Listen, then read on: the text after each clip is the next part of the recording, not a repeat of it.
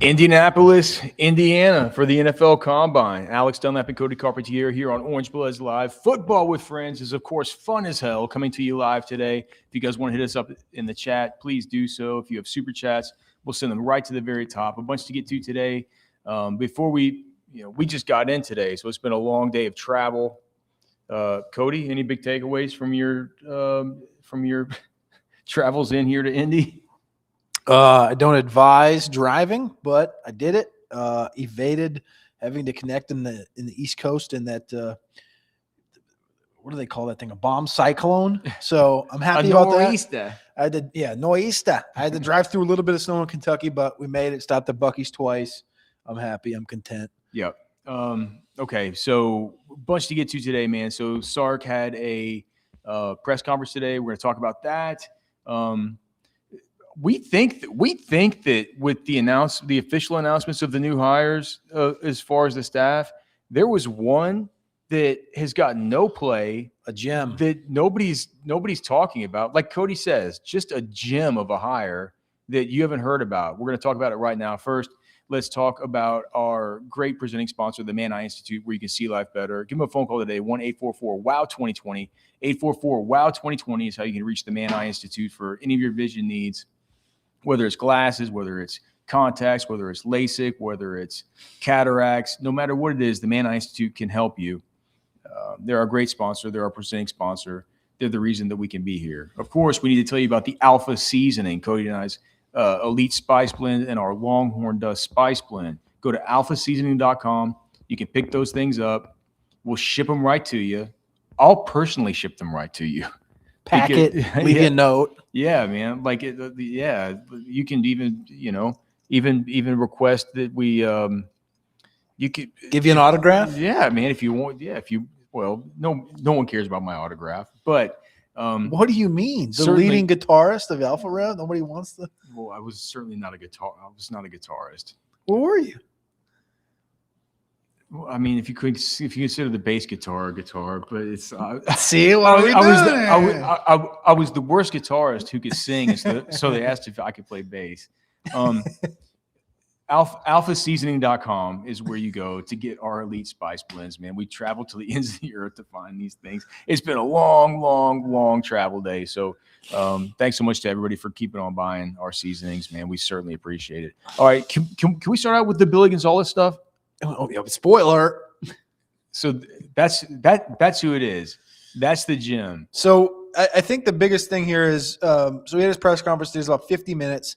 And they announced a bevy of staff updates, whether it's title change, title upgrades, or just playing out new coaches joining the staff. Names you knew: Will Muschamp, Blake Gideon, Jabbar Jalouk, the running back coach, or like an upgrading job or a promotion, right? Mike Bamonte got the pass game coordinator job now going forward. A couple of people we did see announced like themselves on Twitter in the last couple of weeks. Jason McIndoe was upgraded to its senior analyst defensive line coach. Malik Antone, safeties and analyst coach. And then we're scrolling through here. We see Billy Gonzalez, wide receiver analyst. And it shook my mind, and I immediately went, wait, I know he was on Billy Napier's staff last year. Didn't know he was 54 years old. And then you and I did a little digging and found out that there's a lot of connection here to a long, like 25 years of being a wide receiver coach in Power 5, Utah, Florida, LSU, Mississippi State, Illinois, back to Florida. With great coaches. With great coaches. And great systems and having been around great players. And I was just like, man, so correct me if I'm wrong, after Napier was fired, wasn't Gonzalez the interim? He was the interim coach. He went 1-4 as the interim coach, but he was the interim coach. Okay, so Billy Gonzalez worked under Urban Meyer at Utah from He was at Bowling Green the year before that. So he was at Bowling Green with him, and then goes to Utah for 03, 04, then Florida to 2005 to 2009. So that he was the reason he went to Mississippi State, and the reason why he came back to Florida the first time was because Dan Mullen, of course, was the offensive coordinator during that time at Florida the first time. Under Urban Meyer. So this is a guy that comes from the Meyer tree, and Mullen comes from that tree as well. Gonzalez eventually, whenever Dan Mullen goes to Mississippi State, he goes there with him, and then he goes with Mullen back to Florida whenever he got that job. So that was his second stint at Florida. Yeah. He was, so if we just look at this, we're talking about a guy that has coached name it. Percy Harvin, Lewis Murphy, Riley Cooper, Van Jefferson, Brandon Powell, Josh Reed, Ricky Pearsall, Dallas Wilson, J. Michael Sturdivant, who's right here in Indy this week. Vernell Brown, Eugene Wilson. Yeah. Recruit. He was at LSU for 1 year. And it was the year before Jarvis and Odell Beckham, meaning that he was part of the recruitment of Odell Beckham and Jarvis Landry. This is a dude who's been around football, that knows football. And specifically the wide receiver position and the offensive coordinator position. He was co-OC a number of spots. Make that note. An interim head coach last year and I'll be interested to hear what you think of this, Cody, because you and I talked about it before, but you never really answered my question. When exactly was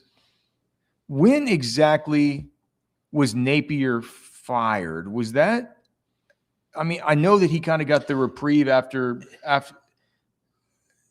of, I think it was after the Texas game, and people were kind of happy with him. But then it was like maybe like a couple losses later. I think it was the A&M game because A&M, remember A&M fired. I think A&M was fired after 34-17 loss to A&M because A&M fired Napier and they fired Brian Kelly. No, A&M. Oh, A&M got both of them fired. Okay, yeah. And I began to wonder, I'm like, okay, well, if this coach is such a good coach, it's like generally these guys that end up as like analysts, right, for a place like Texas or previously at places like Alabama under Saban, clearly something that Coach Sark has taken after as far as what Saban has done and emulated as far as getting these experienced coaches that might be kind of in these transition years where they fall in these awkward sorts of situations from the timing of the coaching carousel to get them rehabilitated and get them back on their feet and onto their next head coach. Neil Brown most recently kind of comes to mind, but there's been so many others. But he was a guy that probably should have been in consideration during the carousel for a while there. And maybe, I don't know, maybe it was just the fact that this guy's just he's a long time wide receivers lieutenant. For like the Urban Meyer tree, and you just say to yourself, dude, if that was the reason why he wasn't getting the kind of looks that he was looking for at age 54 now, Billy Gonzalez, that possibly coming to Texas, getting a glow up year at Texas, and what maybe he sees as a 2026 that, as we'll talk about with Sark, they think that they're all in. Stacking that up with the rest of this stuff could be something interesting for him. But I just think what one hell of a get is that. Well, also like he had to have had options. Like you brought it up, and it makes my brain only go, well, I have to imagine that Billy Napier probably said, why don't you come to James Madison with me?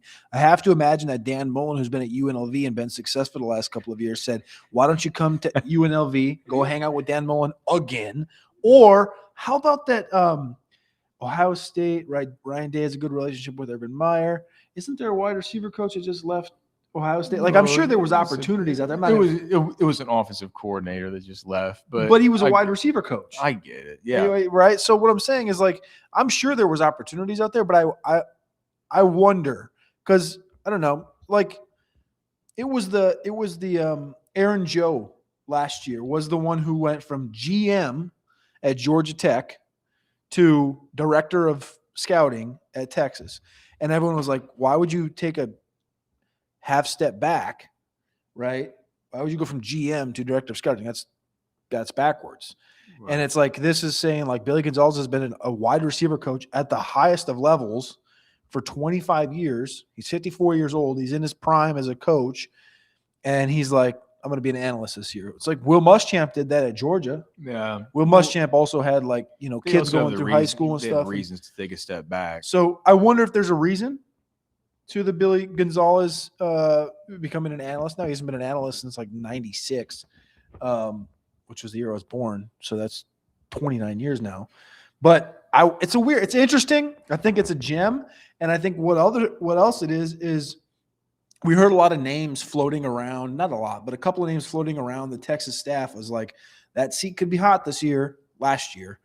And, we're expecting some movement. And I just wonder, like, that could be some pressure on the wide receiver position, at the wide receiver coach position, having a guy like that in that room. But didn't they just give Chris Jackson a 2-year deal? Didn't Kwesi Adolfo-Mensah just get an extension last January? But Kwesi sucks.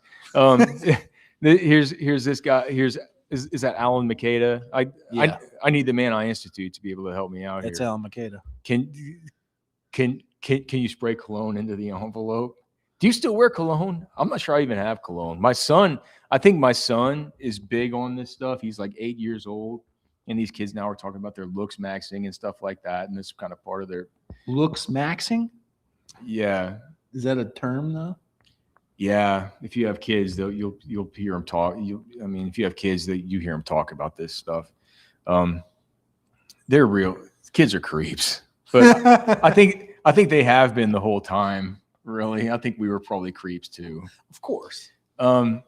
Anyway, we all went to 8th grade dances and stuff. Billy Gonzalez, dude, just like we were saying, just a gem of a hire. Not what we were expecting to talk about tonight, but they just dropped all these hirings, and it was like that one has not been discussed. No one's talked about one iota, and I think that could be massive. That's why you come here to Football with Friends. That's why you go to Texas Beef Traders. You're going to find something new every time you go. But before I ever went to Texas Beef Traders, I didn't know what a picanha steak was. I didn't. Now it's like a staple in my diet. A picanha steak is a sirloin top steak with a fat cap on it. With a little fat cap on top. It's just so delicious. You get it for like $22 a pound, and it's like, for my money, there's just nothing better. You put the Alpha seasoning on it. It's amazing. You can get the Alpha seasoning at Texas Beef Traders. You can also get it at Hudson's Meat Market, at South Congress location, and the Marble Falls location. But Texas Beef Traders is our oldest sponsor. We love them. We can't thank them enough. And when you mention that you heard about them here, you get 10% off your order. Thanks to everybody for being here. We certainly appreciate it. When you made that picanha the last time I was over at your house, was that Boomer Box or was that air fryer when you made that sandwich? No, that was on the Boomer Box. That was on the Weber kettle grill. Yeah, dude. That picanha was. I'm telling you. I think that was the time I got sick, and I was like, I need to go lay down. You got sick from drinking beer. That was some skunky Miller Lite. It had to be skunky because I was out quick. No skunky Miller Lights tonight. We'll say a cheers to everybody in the chat. I got a purple haze from Abita. Cody's got a Mike McSpaden wants to know, can you get a quarter cow at Texas Beef Traders? Not only can you get a quarter cow at Texas Beef Traders, you get 10% off a quarter cow at Texas Beef Traders, which is obviously a huge discount. And you can walk through the whole thing with Darren, and you can talk through what cuts you want, how you want it cut up. The amount of ground beef that you're going to get is going to always kind of be the same because you get a bunch of ground beef out of a cow. But a lot of people are like, well, I would rather have it cut this way where I get the beef ribs like this. Or some people will say, like, I want it cut into tomahawks to where we can't do that and stuff. So, yeah, he'll walk you through the whole process. And, it's processed just 90 miles away. It's the best. So, yeah, it's definitely call them up and let them know that we sent you. All right. Sark's press conference today. Biggest takeaway for me, Catch hit on at the noon show, basically saying that Sark opened up this whole press conference, basically to me opening up the season, saying championship is the expectation. Like that championship is what we're working towards. And he basically said which way the sale was going, and we all knew that, but it's different when the coach says it. But that's just that. But the main thing that I took away past that was his point of view of attacking the offensive line this offseason, because I think it was Kirk Bowles that asked him, like, you told us in the fall that offensive line was going to be the main focus. Do you think you've done enough? Basically inferring like everybody in the media doesn't think you have, because that's what it is. And he basically said, I'm really happy with Siani. I'm really happy with Dylan Sikorsky. Really happy with Jonte. Really happy with Seymour. Yep. And then he went on a little bit of a tirade, basically saying, like, it's not always about the front five. Like, Trevor Goosby's a great offensive tackle. Brandon Baker's a great offensive lineman. And I really like Connor Robertson. He's a good dude. That's basically what he said. But then he kept going. He kept talking about, like, the importance of, just because the run game sucked doesn't mean the offensive line sucked. But the offensive line did whenever correct. Like Nick Brooks was in there. But then he kept going on saying, like, we went out, we added Riley Brown, we got Smothers, we got Cam Coleman, we did this, and it's not always about adding to the offensive line. We got a C-gap blocker, a C-gap blocking tight end. It's about Michael stressing Masunas. the defense, and that was more the angle he took today, which to me is moving the goalposts a little bit, but also I understand it contextually as a football guy. Like, I understand what he's getting at. But I still think he oversold, underdelivered in the grand scheme of offensive line is our main priority. You could have told me running back is our main priority, and if you walk away with Hollywood Smothers and Riley Brown, everyone goes, okay, we're done. Yeah. And everyone gets it. But when you say offensive line is the main priority and you walk away with Melvin Siani and you barely get a 60-year guy in Seymour, and then you get two developmental guys, you're like, let me just weigh in just a small bit on that, because like the question that I forgot who it was that was saying it, but what they were referring to was a question that I asked at the after the signing day, right? Mm-hmm. About whether they were going to be attacking the offensive line with the same fervor in 2025, 2026 that they attacked the defensive line in 2024, 2025. And what Sark told me was, he said, with that defensive tackle class, it was more about just, we needed quantity, we needed numbers, we needed bodies. And like he said, along the offensive line, we're going to be looking more for quality, right? And I was thinking to myself at the time, I'm like, well, Sark, man, you need quantity too, right? I think that was the missing. So whenever you see in 2024 to 2025, when they added 5 interior defensive line guys, right? Well, in 2025, 2026, they added, correct me if I'm wrong, 4 offensive line players: Siani, Sikorsky, Seymour, Newman. Was there another one? Mm-mm. Okay. So he added almost the same quantity, not quite as much, but he, like, what he did was in keeping with what he told me his plan was. You lost 8 dudes. I understand that. That defensive line didn't lose 8 dudes last year, 2 years ago. It's 8 in 5. I understand. I'm not sure I'm not sure that doesn't. That's not part of my argument, or not my argument. Just your my defense. Just like not my defense. I don't feel like I'm defending myself. Like, just my point. No, I think my point is that what Sark said was that we don't necessarily need the same quantity, but we want to add quality, right? And I was like, dude, you need quantity and quality. Yeah. But what he did was he came pretty close to the same quantity, 4 instead of 5. And the quality of these guys, especially with Siani and with Seymour, is a very high quality. You can consider Siani to be probably as good as, say, all things. I would say coming out, can you consider Siani to be sort of like an upgraded version of what Murad Watson was to the defense? Well, would you say that? I mean, think they spent more money on him. Would you say he's better than Cam Williams was that last year? Siani? Yeah. Yeah, I think he'll be better than Cam Williams was in How about 2024. How about the end of season Cam Williams saying, "We want Cam back in 2025"? Remind me what that was? So at the end of 2024, Cam declared, and everyone was like, "Man, they could have, potentially gave him money to come back in 2025." Where he was at that point where he was getting a lot of hype, a lot of remember that there was a little bit of first. Okay, let's not say end of 2024. Let's say when he was getting that first round hype, that second round hype. Yeah, when people were saying, I might like Cam Williams better than I like Kelvin Banks. Yes. Some of these scouts. Yes. And that goes to show you how cocky these scouts can be at times. Yes. But because you have Cam Williams now, he's on an NFL 53-man roster. I get it. But no, it isn't so much about that. I'm more trying to correlate what they did. So last year, who was the second best?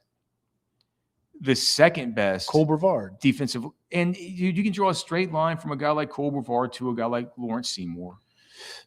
My inherent problem with this connection is that there's 2 defensive tackle positions and there's 5 offensive line positions. I get it, and I get that. They went, "Yo, we're gonna get our starters, we're gonna get our backups, and we're gonna get a dude for the third deep." Right. But also on side, we also have Alex January. We still have a couple of the other guys on the roster. It's like on the offensive line, you didn't even really get enough guys for a unit, which, again, like we've talked about on the show before, once you get to that 3 deep, that third team is imagine if you had to play this third team or any part of this third team.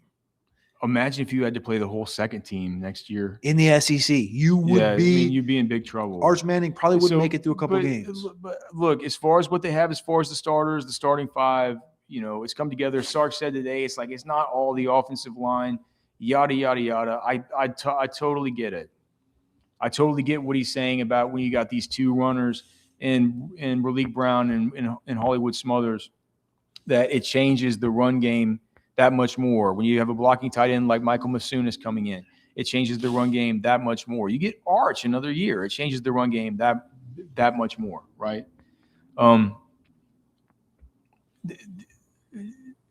Nobody's ever going to look me in the eye and tell me that the offensive line was the offense. No offensive line problems, no Florida loss last year.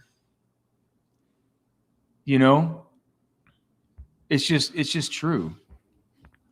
If you didn't leave that left guard spot wide open, and if you knew that you hated Nato Yamuslo that bad, yeah, and you knew all you had behind him was Connor Stroh, and you saw Connor Stroh through all of practice with 2 left feet, and you say, well, if something goes bad with him, we can move Nick Brooks in because he's got developmental upside. Then you see Nick Brooks, who allows disruption once every 7.8 snaps. I think that idea, man, we're going to whiff 4 times. How are we going to whiff 4 times? No, but look, I think the way that they're set up now is fine. But what I'm saying is, I do believe that what they did along the offensive line and what Sark said today about how, it wasn't necessarily the offensive line that he was 100% worried about last year. For one, I'm not necessarily sure that that's true. He all but said the running back room sucked. It definitely felt like he threw the running backs under the bus from last year, just a little bit. And the other interesting thing was he talked about Raleek and Hollywood. Now they know that at Texas, we like having two guys. And I looked at Cody when we were watching it back. I'm like, oh man, what does James Simon think about that? And then he mentioned the backups. He started out by mentioning Michael Terry first off, and then Derek Cooper. No mention of James Simon. Not that really means anything, but I thought it was interesting that Michael Terry was the first backup that he mentioned. I mean, it's hard to keep. Michael Terry's moved to running back. I mean, it's hard to keep Michael Terry out of your mind as a talent. What, dude? Did you throw up a super chat that I missed? It wasn't a super chat, but it was in what we were talking about. Sailor Joe just said, "Can you all break down the depth on the offensive line real quick? Because that's my concern for any team, but this team specifically, I'm worried about depth. Could we see sophomores and freshmen have to step up And I think what you were just talking about and what we were getting to was like, if anything similar to what happened last year happened at that left guard position, heaven forbid an injury happens, but all of a sudden you're looking in the eyes of Sikorsky starting. And if it's Sikorsky's not filling in, all right, well, let's see what Jonte Newman looks like. Or if Seymour's waiver doesn't go through. Exactly. Okay, so Seymour's waiver doesn't go through. Sikorsky's your starter. If Sikorsky doesn't work, then you go, well, we have Andre Kojo. We can bump Andre Kojo maybe. Or actually, we could probably put Andre Kojo at right guard and put Baker at left guard. And then all of a sudden, like, you're just moving this entire offensive line I feel so much better about Andre Kojo than I would have felt last year about Nick Brooks or about Connor Stroh. Even coming off does the injury stuff? Maybe Jaden Chapman. Here's the thing: they didn't want to play Jaden Chapman over those guys last year. Correct. So besides those guys, the only guys you have is Jonte Newman, who didn't play a lick for A&M last year. You have Devin Coleman, who's a redshirt freshman. You have his brother Jordan Coleman, who they've seemed like they've moved out to tackle. And then other than that, as far as the inside guys, the only other would be a true freshman and Nick Robertson, who's coming in, and then Jackson Christian, who's the backup center. And there's no other centers. And John Turntine, if you projected him as a guard, which I think could be one of the paths. If Turntine weighs 270 or something, you can't play him as a guard in the SEC at 270. If his next 6 months went – I mean, he's a power lifter. If his next 6 months went – and he was once 300 pounds. If his next 6 months in the program went, boom, he's 304 pounds by the time the season begins, you could see him in a role where it's like, man, we got to put a left guard out there. Like, let's see what he looks like. Yeah. And that could be one of those situations. I'm not saying that's what we want to see or anything, but I'm just pontificating on what happened last year about what could happen in the future. Yep. All right. Any big combine predictions for the week? No combine numbers out yet on the old Prize Picks. We'll be keeping our eye on that. You guys will know if we're around showtime and we have some picks in, we'll let you guys know. But predictions this week. My prediction is Texas related or non-Texas related? It doesn't matter. We've talked Texas for 25 minutes. All right, ex-Texas. Whatever Brennan Thompson's numbers on Prize Picks, we're taking the under, I think. And he probably is going to run the fastest 40-yard dash in NFL Combine history outside of Xavier Worthy. The fastest outside of Worthy? So you think a 2.42, 3, something like that? 4.2? 4.25. 4.25. Gosh. Texas could have used a guy that ran 4.25.